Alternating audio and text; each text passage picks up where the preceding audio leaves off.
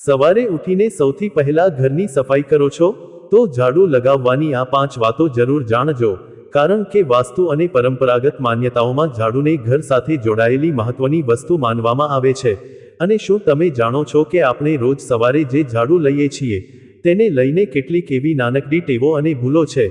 જેને આપણે વર્ષોથી વિના વિચારે કરી રહ્યા છીએ, પરંતુ જેની ઊંડી અસર આપણા ઘરની શાંતિ, આપણી માનસિક સ્થિતિ અને આપણા કુટુંબના એકંદર સુખ સમૃદ્ધિ પર પડી શકે છે? સવારની સફાઈ એ આપણા દિવસની શરૂઆતનો એક મહત્વપૂર્ણ ભાગ છે, કારણ કે તે ઘરને માત્ર ભૌતિક રીતે જ સ્વચ્છ નથી બનાવતી, પણ તે માનસિક રીતે પણ એક તાજગી, વ્યવસ્થા અને સકારાત્મકતાનો અહેસાસ આપે છે. પરંતુ જ્યારે આપણે સફાઈ દરમિયાન અમુક ખોટી આદતો અપનાવીએ છીએ, તો તે આપણા ઘરની ઊર્જા પર નકારાત્મક અસર કરી શકે છે. અને આ જ કારણ છે કે આપણી પરંપરાગત માન્યતાઓ, વાસ્તુશાસ્ત્રની કેટલીક માન્યતાઓ અને લોકજીવનના અનુભવોએ ઝાડુને લઈને કેટલાક ખાસ નિયમો અને સૂચનાઓ બનાવી છે,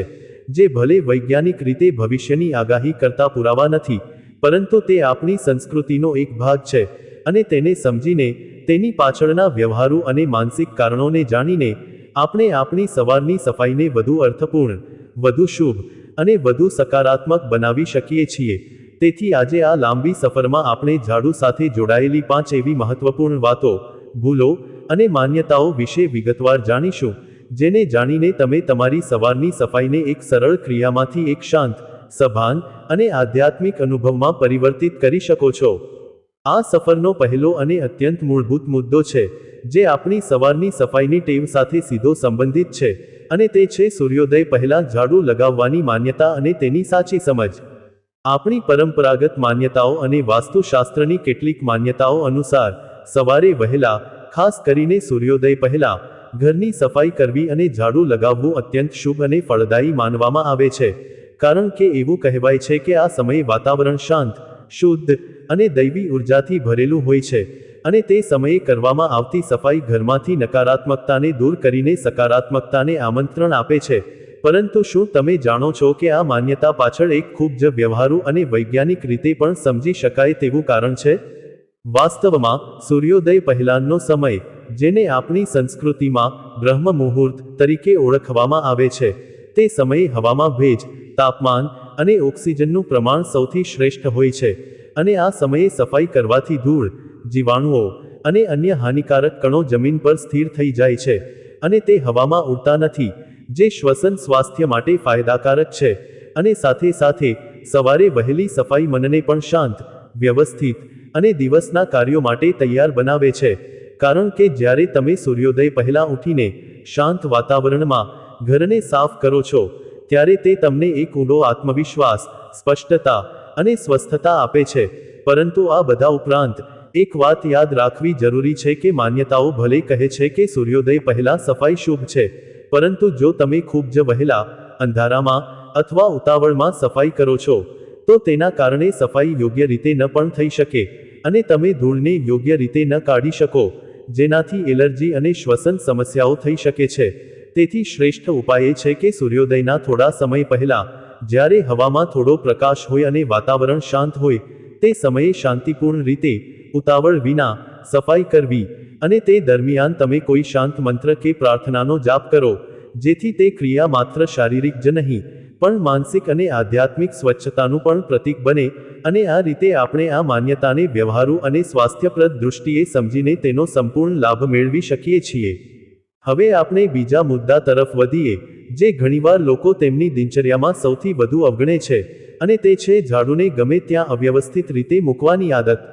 વાસ્તુશાસ્ત્રની કેટલીક માન્યતાઓ અને આપણી પરંપરાગત લોકમાન્યતાઓ અનુસાર, ઝાડુને હંમેશા એક વ્યવસ્થિત, સ્વચ્છ અને છુપાયેલી જગ્યાએ, જેમ કે કબાટની અંદર, વાસણની પાછળ અથવા કોઈ ખૂણામાં, પણ એવી રીતે મૂકવું જોઈએ કે તે આવતા જતા લોકોના પગમાં ન આવે, અને તે સીધી નજરે ન દેખાય, કારણ કે એવી માન્યતા છે કે જો ઝાડુ ખુલ્લામાં, ખાસ કરીને મુખ્ય દરવાજા, રસોડું અથવા પૂજા સ્થાનની નજીક, અવ્યવસ્થિત રીતે પડેલું હોય, તો તે ઘરની ઊર્જાને અસ્વસ્થ અને અસ્થિર બનાવી શકે છે, અને તે સમૃદ્ધિ અને શાંતિના પ્રવાહમાં અવરોધ લાવી શકે છે. પણ શું આ માન્યતાનો કોઈ વ્યવહારુ અર્થ છે? ચોક્કસપણે. જ્યારે તમે ઝાડુને ખુલ્લી જગ્યાએ, અવ્યવસ્થિત રીતે અથવા આવતા જતા રસ્તામાં મૂકો છો, ત્યારે તે માત્ર ઘરના સૌંદર્યને જ ખરાબ નથી કરતું, પણ તે અથડાઈને પડવાનો, કોઈને ઈજા થવાનો અથવા બાળકોના રમવામાં અવરોધ આવવાનો ભય પણ રહે છે. અને આ સાથે, જ્યારે ઝાડુ ખુલ્લું પડ્યું હોય, તો તેના પર ધૂળ, ગંદકી અને જંતુઓ એકઠા થાય છે, જે આગલી વખતે સફાઈ કરતી વખતે આખા ઘરમાં ફેલાઈ શકે છે, અને તે સ્વચ્છતા અને આરોગ્ય માટે હાનિકારક છે. તેથી ઝાડુને વ્યવસ્થિત, ઢંકાયેલી અને સાફ જગ્યાએ રાખવું એ માત્ર માન્યતા નથી, પણ એક સમજદાર અને સ્વસ્થ ટેવ છે, કારણ કે તે ઘરને વ્યવસ્થિત, સુરક્ષિત અને દેખાવમાં પણ સુંદર બનાવે છે. અને જ્યારે ઘર વ્યવસ્થિત હોય છે, ત્યારે મન પણ શાંત અને સ્પષ્ટ રહે છે, અને આ શાંતિ અને સ્પષ્ટતા જ ખરેખર ઘરની સમૃદ્ધિ અને ખુશીનો પાયો છે. ત્રીજો મુદ્દો, જે કદાચ સૌથી વધુ પ્રચલિત અને પરંપરાગત માન્યતાઓમાં ખૂબ જ ઊંડાણપૂર્વક જોવા મળે છે, તે છે ઝાડુ પર પગ ન મૂકવો અથવા ઝાડુને અપમાનિત ન કરવી. ઘણી ભારતીય પરંપરાઓ અને વાસ્તુની કેટલીક માન્યતાઓ અનુસાર, ઝાડુને ઘરની સમૃદ્ધિ, લક્ષ્મી અને શુભતાનું પ્રતીકાત્મક સ્વરૂપ માનવામાં આવે છે, અને એવું માનવામાં આવે છે કે ઝાડુ પર પગ મૂકવો, તેને પગથી ઠેલવી અથવા તેનો અનાદર કરવો, તે ઘરની ઉર્જા અને સમૃદ્ધિ પર નકારાત્મક અસર કરી શકે છે, કારણ કે ઝાડુ એવી વસ્તુ છે જે ઘરની ગંદકી, નકારાત્મકતા અને જૂની ઉર્જાને દૂર કરે છે, અને તેનો આદર કરવો એ ઘરની સ્વચ્છતા અને સમૃદ્ધિ પ્રત્યેની આભારવૃત્તિ દર્શાવે છે. પરંતુ શું આ માન્યતાનો કોઈ વ્યવહારુ અને તાર્કિક આધાર છે? જો તમે વિચારો, તો ઝાડુ એ એક સાધન છે જેનો ઉપયોગ આપણે ફ્લોર, જે ધૂળ અને ગંદકીના સંપર્કમાં આવે છે, તેને સાફ કરવા માટે કરીએ છીએ, અને તેથી તેની સપાટી પર ઘણી બધી ગંદકી, જીવાણુઓ અને એલર્જન હોય છે, અને જો તમે તેના પર પગ મૂકો છો, તો તે ગંદકી તમારા પગ સાથે ઘરના અન્ય ભાગોમાં ફેલાઈ શકે છે, જે સ્વચ્છતા માટે હાનિકારક છે. અને સાથે સાથે, ઝાડુ પર પગ મૂકવાથી તેની કૂંચીઓ વાળાઈ જાય છે, અને તે સફાઈ માટે ઓછી અસરકારક બની જાય છે, અને તે ઝડપથી તૂટી પણ શકે છે, જેના કારણે તમારે વારંવાર નવી ઝાડુ ખરીદવી પડે છે, જે નાણાકીય અને વ્યવહારુ બંને રીતે બિનજરૂરી ખર્ચ છે. તેથી આ માન્યતા હકીકતમાં આપણને ઝાડુનું સન્માન કરવાનું, તેની સ્વચ્છતા જાળવવાનું અને તેની ટકાઉપણું વધારવાનું શીખવે છે. અને આ રીતે આપણે પરંપરાગત માન્યતાને વ્યવહારુ અને સ્વાસ્થ્યપ્રદ આદત સાથે જોડી શકીએ છીએ, જે આપણા જીવનને વધુ સંગઠિત અને સુખદ બનાવે છે. ચોથો મુદ્દો, જે ઘણીવાર લોકો તેમની સગવડતા કે બચતના કારણે અવગણે છે, તે છે તૂટેલી અથવા ખરાબ હાલતમાં આવેલી ઝાડુનો ઉપયોગ ન કરવો. વાસ્તુ અને પરંપરાગત માન્યતાઓ અનુસાર, તૂટેલી, ફાટેલી અથવા જેની કૂંચીઓ ખૂબ જ પાતળી, વાળાયેલી અને બિનઅસરકારક બની ગઈ હોય, તેવી ઝાડુનો ઉપયોગ કરવો ટાળવો જોઈએ, કારણ કે એવું માનવામાં આવે છે કે તૂટેલી ઝાડુ સફાઈ દરમિયાન ગંદકીને યોગ્ય રીતે દૂર કરી શકતી નથી, અને તેના બદલે તે નકારાત્મક ઉર્જાને ઘરમાં ફેલાવે છે, અને સમૃદ્ધિને અવરોધે છે. પરંતુ શું આ માન્યતા વ્યવહારુ છે?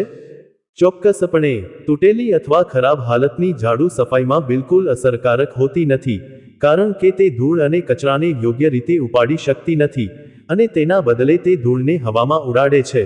જે શ્વાસનળી, એલર્જી અને અસ્થમા જેવી સમસ્યાઓનું કારણ બની શકે છે. અને તેનાથી ઘર સંપૂર્ણપણે સ્વચ્છ પણ નથી થતું, કારણ કે ધૂળ અને ગંદકી ખૂણે ખૂણે પડી રહે છે. અને સાથે સાથે, તૂટેલી ઝાડુના લાકડાના ટુકડા અથવા કૂંચીઓ ફ્લોર પર ખંજવાળ અને નુકસાન પહોંચાડી શકે છે,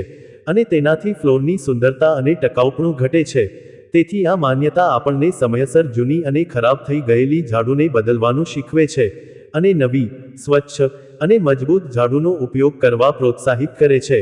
કારણ કે સ્વચ્છ ઘર માટે સ્વચ્છ સાધનોનો ઉપયોગ કરવો અત્યંત જરૂરી છે.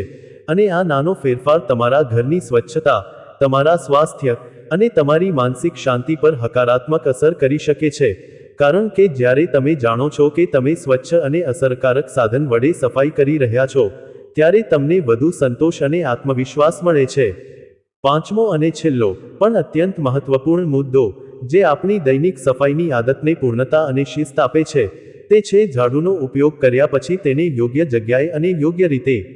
રાખવી. વાસ્તુ અને પરંપરાગત માન્યતાઓ અનુસાર, સફાઈ કર્યા પછી ઝાડુને ખુલ્લી, દેખાતી અને અવ્યવસ્થિત જગ્યાએ ન મૂકવી જોઈએ, પરંતુ તેને સારી રીતે સાફ કરીને, તેના પર લાગેલી ધૂળ અને ગંદકીને દૂર કરીને, અને તેને એવી જગ્યાએ મૂકવી જોઈએ, જ્યાં તે હવાથી સુકાઈ જાય, પણ તે ઘરના મુખ્ય ભાગો, ખાસ કરીને પૂજાસ્થાન, રસોડું અને શયનખંડથી દૂર હોય, અને એવું માનવામાં આવે છે કે સફાઈ પછી ઝાડુને વ્યવસ્થિત રીતે રાખવાથી ઘરમાં સ્વચ્છતા, વ્યવસ્થા અને શાંતિ જળવાઈ રહે છે, અને તે લક્ષ્મી અને સરસ્વતીની કૃપા માટે પણ સહાયક છે. પરંતુ વ્યવહારુ દૃષ્ટિએ, જો તમે સફાઈ કર્યા પછી ઝાડુને ખુલ્લી, ભીની અથવા અવ્યવસ્થિત જગ્યાએ મૂકો છો, તો તેના પર ફરીથી ધૂળ, જંતુઓ અને ભેજ એકઠા થાય છે, જે તેને ગંદુ, ભારે અને બિનઆરોગ્યપ્રદ બનાવે છે, અને આગલી વખતે સફાઈ કરતી વખતે તે ગંદકી ફરીથી ઘરમાં ફેલાય છે, અને તેનાથી એલર્જી, શ્વસન સમસ્યાઓ અને ચામડીના ચેપ જેવી સમસ્યાઓ થઈ શકે છે. અને સાથે સાથે, જો ઝાડુ ખુલ્લામાં પડ્યું હોય, તો તે ઘરને ગંદુ અને અવ્યવસ્થિત દેખાડે છે, જે તમારા અને તમારા મહેમાનોના મન પર નકારાત્મક અસર કરી શકે છે, અને તે તમારા ઘરની આબરૂ અને વ્યવસ્થા પ્રત્યેની તમારી પ્રતિબદ્ધતાને પણ નબળી પાડે છે. તેથી સફાઈ પછી ઝાડુને હંમેશા ધોઈને, સૂકવીને અને એક સ્વચ્છ, સુકાઈ જઈ શકે તેવી પણ છુપાયેલી જગ્યાએ, જેમ કે કબાટ, વાસણની પાછળ અથવા બાલ્કનીના એક ખૂણે, ઊભી રીતે મૂકવું, જેથી તેની કૂંચીઓ સીધી રહે અને ઝડપથી સુકાઈ જાય, અને તેની ટકાઉપણું વધે. અને આ રીતે આ માન્યતા આપણને ઘરની સ્વચ્છતાની સંપૂર્ણ કાળજી, આદર અને વ્યવસ્થા શીખવે છે, જે ખરેખર સુખી અને સ્વસ્થ જીવનનો પાયો છે. હવે આ પાંચેય મુદ્દાઓને સમજી લીધા પછી, આપણે એ વાતનો સારાંશ કરીએ કે આ બધી વાતો આપણી હિન્દુ પરંપરા, સંસ્કૃતિ અને વાસ્તુશાસ્ત્રની કેટલીક માન્યતાઓ પર આધારિત છે, અને તેનો વૈજ્ઞાનિક રીતે ભવિષ્યની આગાહી કરવા માટે કોઈ પુરાવો નથી, પરંતુ તેનો હેતુ આપણને આપણા દૈનિક જીવનની નાની નાની ક્રિયાઓ, જેમ કે સવારે ઝાડુ લગાવવાની, પ્રત્યે વધુ સજાગ, વધુ સભાન અને વધુ આદર્શ બનાવવાનો છે. કારણ કે જ્યારે આપણે આ માન્યતાઓને સમજીએ છીએ, અને તેની સાથે તેમના વ્યવહારુ અને સ્વાસ્થ્યપ્રદ કારણોને પણ જોડીએ છીએ, ત્યારે આપણે આપણી સફાઈની આદતને એક સરળ, યાંત્રિક ક્રિયામાંથી એક શાંત, આધ્યાત્મિક અને સકારાત્મક અનુભવમાં પરિવર્તિત કરી શકીએ છીએ, જે આપણા મનને શાંતિ, આપણા શરીરને સ્વાસ્થ્ય અને આપણા ઘરને સ્વચ્છતા, વ્યવસ્થા અને શુભતા આપે છે. અને યાદ રાખો, આ દરેક માન્યતા અને સૂચના આપણને શીખવે છે કે આપણે આપણા ઘરનું સન્માન કરવું જોઈએ, આપણા સાધનોનું સન્માન કરવું જોઈએ, અને આપણા કાર્યનું સન્માન કરવું જોઈએ, કારણ કે જ્યારે આપણે આદર અને સભાનતા સાથે કામ કરીએ છીએ, ત્યારે તે કામ આપણને સોગનું વળતર આપે છે, અને આપણું ઘર એક એવું સ્થાન બની જાય છે, જ્યાં શાંતિ, પ્રેમ અને સમૃદ્ધિનો વાસ હોય છે. તેથી આજથી જ તમારી સવારની સફાઈની આદતમાં આ 5 નાનકડા ફેરફારોને અપનાવો, અને જુઓ કે તમારી સવાર, તમારું ઘર અને તમારું જીવન કેવી રીતે ધીમે ધીમે પણ નિશ્ચિતપણે વધુ શાંત, વધુ વ્યવસ્થિત અને વધુ સુંદર બનતું જાય છે.